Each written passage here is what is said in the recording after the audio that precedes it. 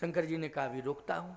और जैसे ही आंख बंद की, ध्यान किया, तो शंकर जी के हृदय में राम जी प्रकट हो गए। कहा बाबा 1% इच्छा नहीं है कि मैं अयोध्या में रहूं। शंकर जी बोले आपकी इच्छा नहीं है अयोध्या में रहने की? कहा बिल्कुल नहीं। एक बात बताओ, देवताओं को, संतों को आश्वासन किसने दिया था? मेरे आने का जो वचन दिया था वो किसने दिया था?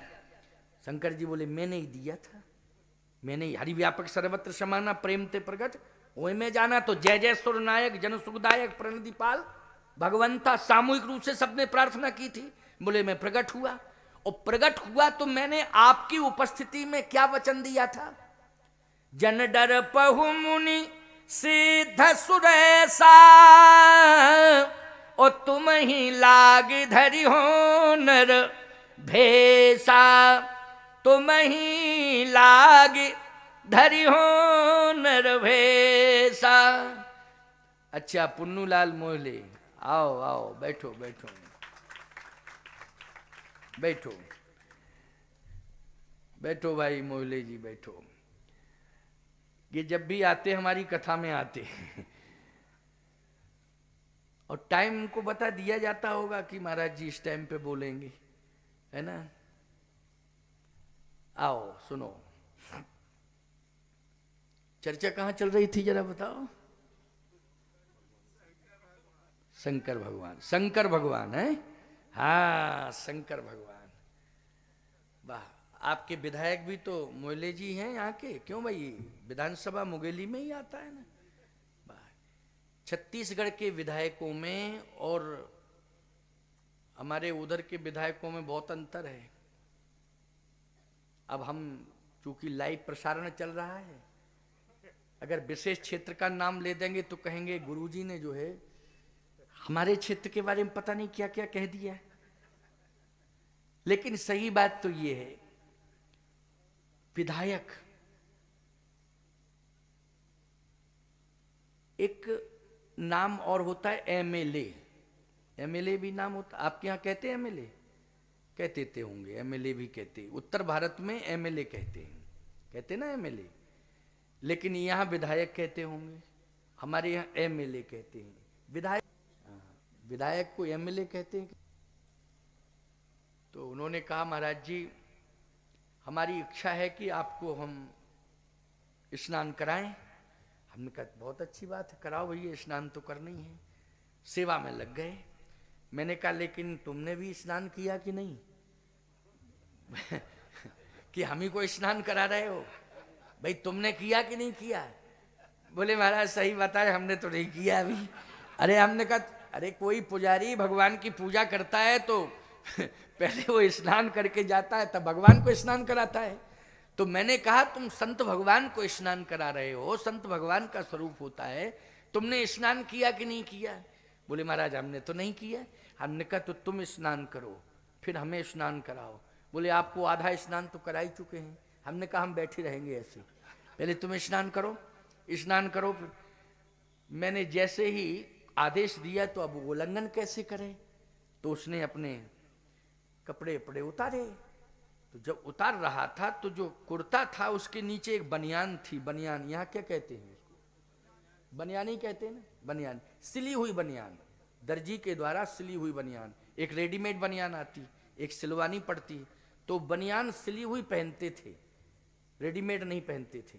और जैसे ही वो बनियान मैंने देखी तो मैंने कहा कि इधर आओ एमएलए साहब, ये बनियान है?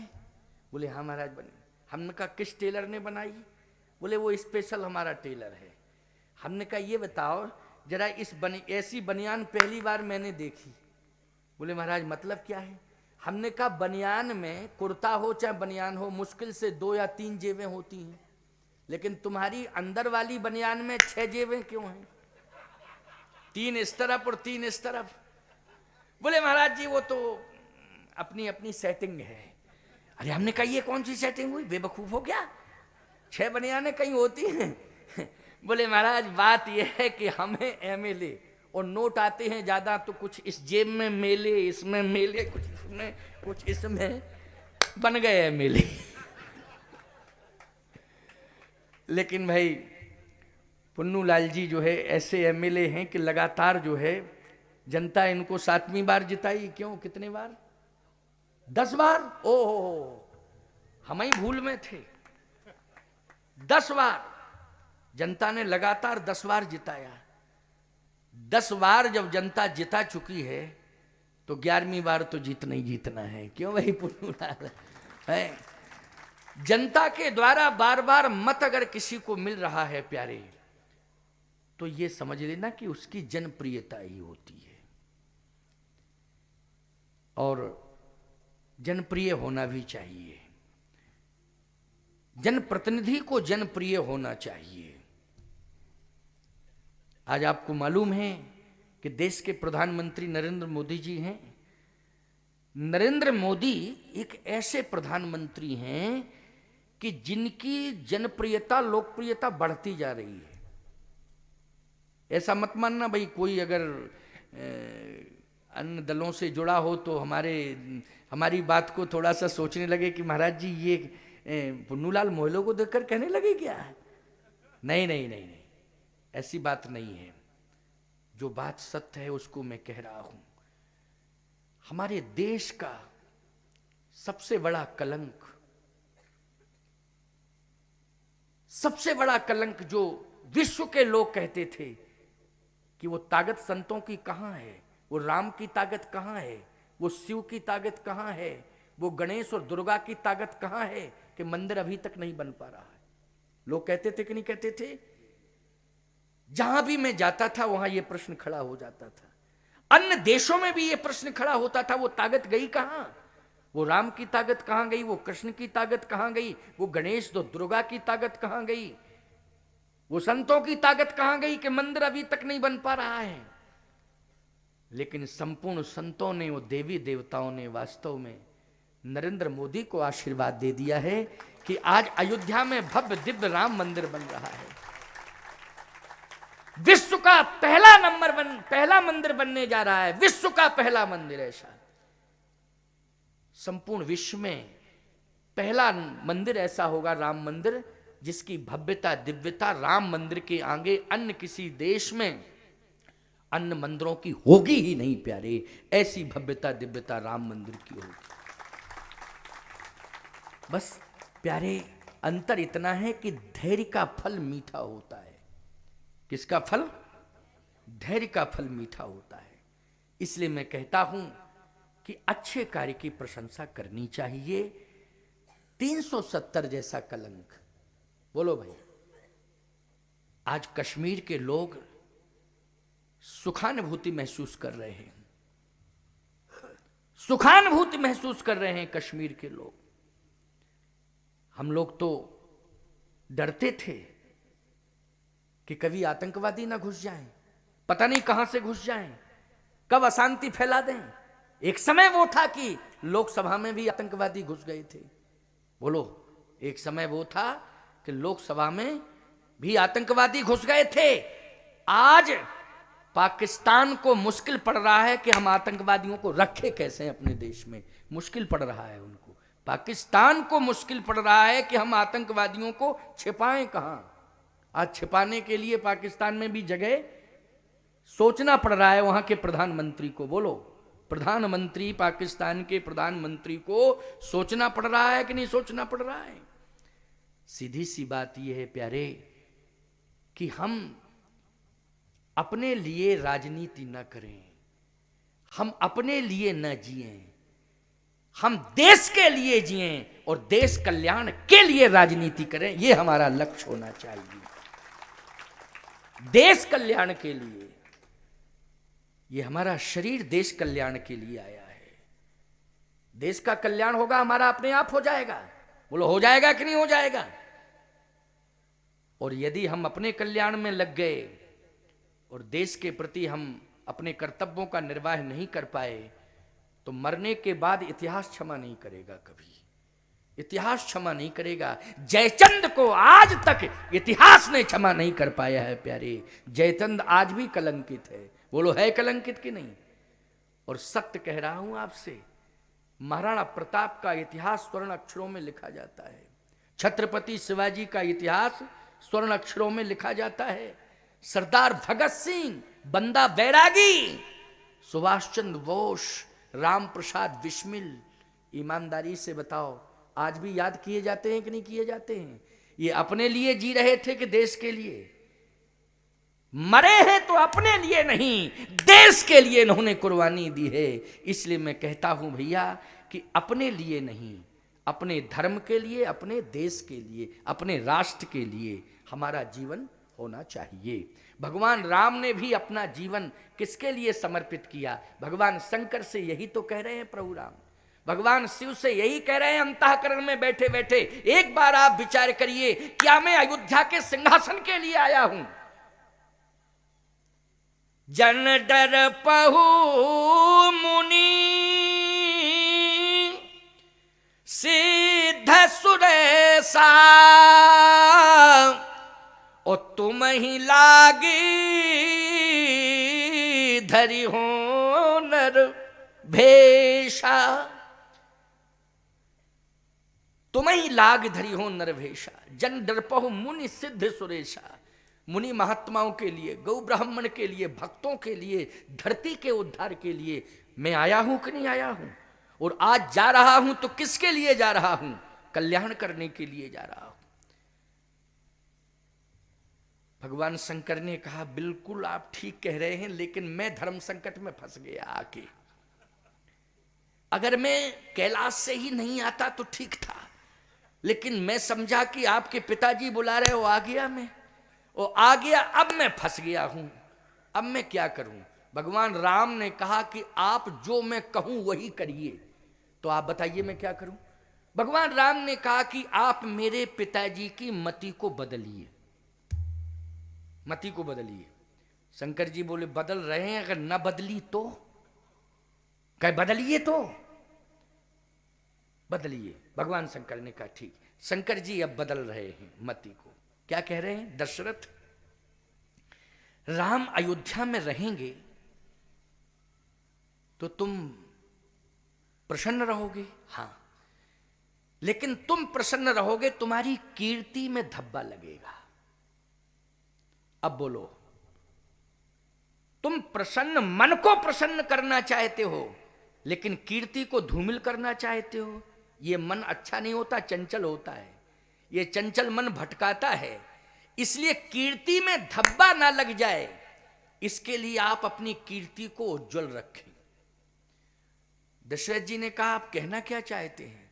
भगवान शंकर ने कहा कि अगर राम बन नहीं जाते हैं तो आपका लोक परलोक, अगर राम बन नहीं जाते हैं, अयोध्या में रहते हैं, तो आपका लोक भी बिगड़ेगा, परलोक भी बिगड़ेगा। आपको लोक में भी अपयश मिलेगा और परलोक में भी अपयश मिलेगा। अब बोलो, अपयश चाहते हो? अगर राम को अयोध्या में रखोगे तो अपयश मिलेगा। केवल लोक में ही अपयश नहीं मिलेगा, परलोक में भी अपयश मिलेगा। अजस दशरथ जी कह रहे हैं हमें न लोक की चिंता है न परलोक की चिंता है। अजस हो ये जग सुजस लसाऊ,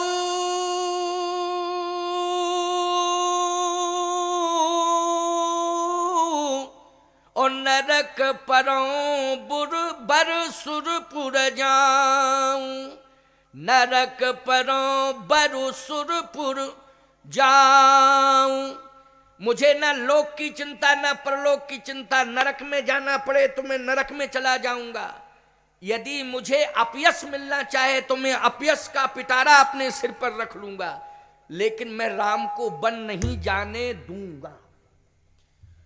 शंकर जी बोले भगवान राम से हम तो फेल हो गए, क्योंकि उन्होंने लोक परलोक दोनों को दांव पर लगा दिया, हम तो फेल। भगवान राम ने कहा नहीं, आप फेल नहीं हो सकते, आप हैं, आप फेल हो सकते हैं, आप प्रयास तो करो, प्रयास। भगवान शंकर ने कहा एक काम किया जाए, प्रयास मेरा रहेगा जारी, लेकिन अंदर से आप प्रयास करें और बाहर से मैं प्रयास करूं। अंदर से आप अपने पिताश्री की मति को बदलें और बाहर से मैं बदलूं।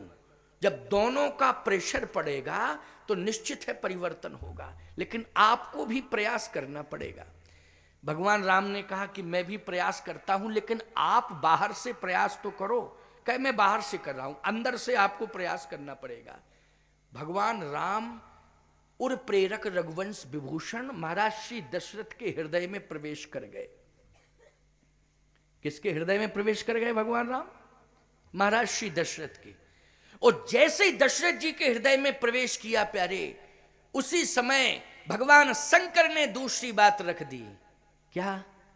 दशरथ एक बार मेरी बात सुन लो, मैं राम को रोक तो दूंगा, लेकिन बहुत बड़ा अपयश मिलेगा रघुकुल को, क्योंकि रघुकुल रीति सदा चली आई,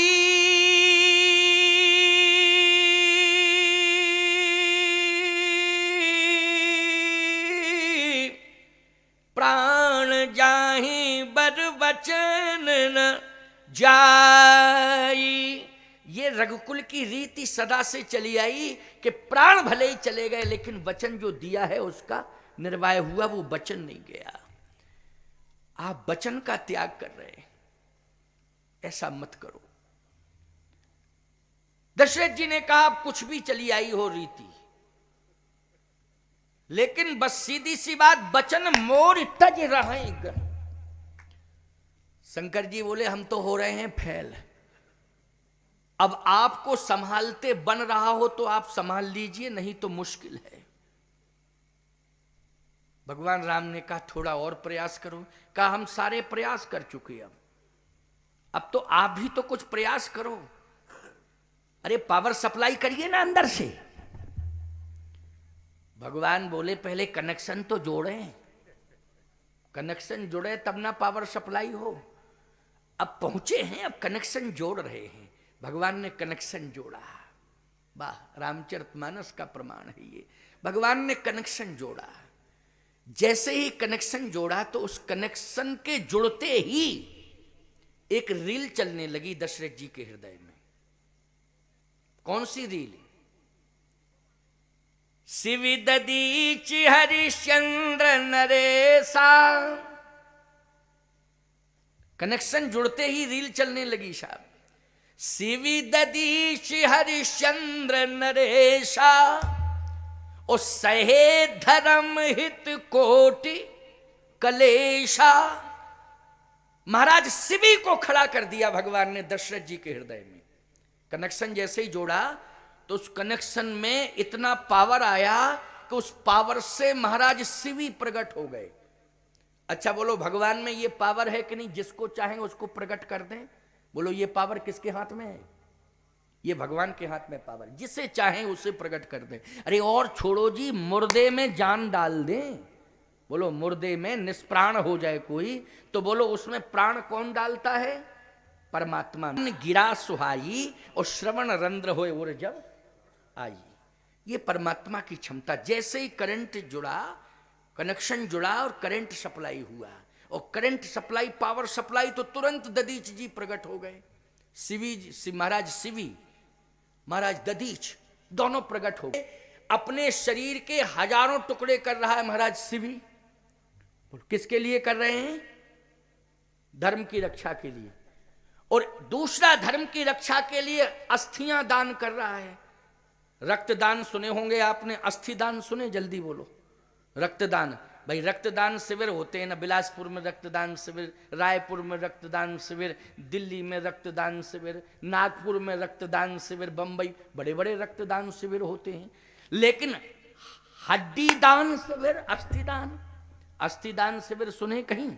लेकिन महाराज ददीच ने अस्थि दान किया था। किसके लिए किया था अस्थि दान? सत्य और धर्म की रक्षा के लिए। महाराज दशरथ ने शिवी का चरित्र सुना था, पढ़ा था, ददीच का चरित्र सुना था, पढ़ा था, लेकिन आज आंखों से देख रहे हैं। ये दृश्य किसने प्रकट किया हृदय के अंदर? भगवान राम ने। और शंकर जी हाथ जोड़े बाहर खड़े हैं। अब दशरथ जी की आंखों से आंसू गिर रहे हैं, आंसू तेज होते जा रहे हैं। भगवान शंकर समझ गए पावर सप्लाई हो गया। क्योंकि इतने आंसू निकल रहे हैं, झरझर झरझर झरझर झरझर आंसू, इसका मतलब है कि प्रभाव छूटने लगा, निश्चित है कि परिवर्तन आएगा। भगवान शंकर ने कहा सीताराम, अब बताइए आपने क्या निर्णय लिया? दशरथ जी बोले 2 मिनट और रुक जाइए, थोड़ा हमको अब विचार करने दो। समझ गए शंकर जी कि 2 मिनट और रुक जाइए, इसका मतलब है असर हुआ है। दोबारा जैसे ही आंख बंद की, रंत देव बलि भूप सुजाना, ओ धर्म धरऊ सही संकट नाना। महाराज रंतदेव, महाराज बलि आदि आदि सबको भगवान ने प्रकट कर दिया, और जो रंतदेव ने किया महाराज बलि ने किया वो सब दशरथ जी को दिखा दिया। दशरथ जी ने जैसे ही देखा, हरिश्चंद्र जी को देखा, रंतदेव को देखा, बलि को देखा, दधीच को देखा, शिवी को देखा। अरे उस समय तो वो कंडीशन हुई प्यारे, जब हरिश्चंद्र जी ने काशी के बाजार में पत्नी और पुत्र को बेचा। दशरथ जी देख रहे हैं कि एक सिंहासन से उतर के जाता है, सत्य और धर्म की रक्षा के लिए काशी के बाजार में बिक जाता है, और फिर थोड़ी देर में देखा कि बिकता भी है तो उसकी ड्यूटी लगती है स्मशान पर, जहां मुर्दे फूंके जाते हैं। देखा क्या, इकलौता बेटा है रोहित, उसको तक्षक ने डस लिया। उसकी लाश उठाने वाला कोई काशी में नहीं था। एक बात आपको बताऊं, अगर लावारिस लाश भी पड़ी होती है तो ईमानदारी से बताओ, उसको उठाने वाले भी नियम अनुसार लोग मिल जाते हैं। बोलो मिल जाते हैं कि नहीं मिल जाते हैं? थोड़ा नियम का पालन जरूर करना पड़ता है कि भाई पुलिस इंफॉर्मेशन दो। क्यों भाई? पुलिस इंफॉर्मेशन दो, लेकिन सिंपैथी लोगों की जुड़ जाती है उसके साथ कि नहीं जुड़ती है? कि नहीं जुड़ती है? लेकिन आज कौन नहीं जानता है कि हरिश्चंद्र के बेटे की लाश है ये रोहित की। काशी जैसे नगर में, जहां पर संस्कारों की भूमि माना जाता है काशी को, लेकिन आज काशी की भूमि पर रोहित की लाश को कोई छूने वाला नहीं है। आज विश्वामित्र के डर के मारे सब इधर उधर खड़े हैं, देख रहे हैं, लेकिन कोई लाश के पास नहीं पहुंच रहा है। इस दृश्य को कौन देख रहा है? बोलो। दशरथ जी देख रहे हैं। दिखा कौन रहा है? स्वयं परमात्मा, स्वयं प्रभु राम दिखा रहे हैं। थोड़ी देर में दौड़ के आती है तारा, हरिश्चंद्र की पत्नी, और उसने पुत्र को उठाया, हृदय से लगाया और माथा पटकने लगी और कहा, भैया मेरे पुत्र को कोई जाके स्मशान तक ले जाए, अंतिम संस्कार कर दे। लेकिन कोई नहीं मिला, कफन तक नहीं मिला प्यारे। उसने अपना पल्लू जो है फाड़ा, कुछ साड़ी के भाग से अपनी मर्यादा को सुरक्षित किए हैं, कुछ शेष पल्लू में अपने पुत्र की लाश को लपेटे हुए हैं, और पुत्र की लाश को लपेट करके रोती बिलखती हुई स्मशान पर पहुंची। और जैसे ही अंतिम संस्कार, दग्ध करने लगी लाश को, अंतिम संस्कार करने लगी, उसी समय लाठी लेकर के हरिश्चंद्र आ गए। रुको, ये क्या कर रही है तू? बस जैसे ही देखा हरिश्चंद्र को, थोड़ा रूप में परिवर्तन हुआ था, लेकिन देख करके चरणों में गिर पड़ी। स्वामी आप यहां हैं, मुझे ये पता नहीं था कि आप स्मशान पर, शायद पुत्र की मृत्यु का समाचार आपको मिला होगा, इसलिए आप दौड़े दौड़े आए हैं, ये पुत्र की लाश है। कहा रुक, मैं कहीं से दौड़ा नहीं आया हूं, मेरी ड्यूटी है स्मशान पर, पहले मुझे कर चाहिए। कहा कर? ये कफन नहीं है, कफन का रंग बता देता है कफन है ये। क्यों भाई? बता देता है कि नहीं? ये कफन नहीं है, ये मेरी साड़ी का पल्लू है, जिसमें लपेट करके मैं पुत्र की लाश लाई हूं। जब कफन के लिए पैसा नहीं है तो कर कहां से दे सकती हूं? क्या विपत्ति में संबंधों को ठुकराया जाता है? जब विपत्ति आ जाती है तो संबंध भूले जाते हैं। आज विपत्ति आई है मेरे ऊपर तो आप पहचान खो बैठे हैं। क्या मैं आपकी पत्नी नहीं हूं? ये आपका पुत्र नहीं है? हरिश्चंद्र ने कहा, मैं पहचानता हूं कि तू पत्नी है मेरी, ये पहचानता हूं कि ये पुत्र है, इसकी लाश है, फिर कर मांग रहे हैं आप? हरिश्चंद्र ने कहा, सुन, मैं जानता हूं तू मेरी पत्नी है, मैं जानता हूं ये मेरा पुत्र है, लेकिन मैं पत्नी और पुत्र का त्याग कर सकता हूं, लेकिन जब तक जिंदा हूं तब तक सत्य और धर्म का त्याग नहीं कर सकता हूं। मेरा धर्म कहता है कि मुझे कर लेना चाहिए, मैं कर लूंगा। और जैसे ही दुस्साहस करके तारा ने रोहित के शव को दग्ध करना चाहा, उसी समय हरिश्चंद्र ने लाठी उठाई और वार करने ही वाले थे, उसी समय भगवान विष्णु प्रकट हो गए। हरिश्चंद्र, तुम्हारे सत्य की परीक्षा हो गई, तुम्हारे सत्य की परीक्षा हो गई। भगवान ने हरिश्चंद्र को हृदय से लगा लिया, रोहित को जीवंत दे दिया। बोलो, दे दिया कि नहीं? ईमानदारी के साथ बताओ, सत्य में बड़ी ताकत है कि नहीं?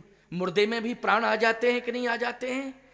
लेकिन सत्य का निर्वाह करना सीखो तब।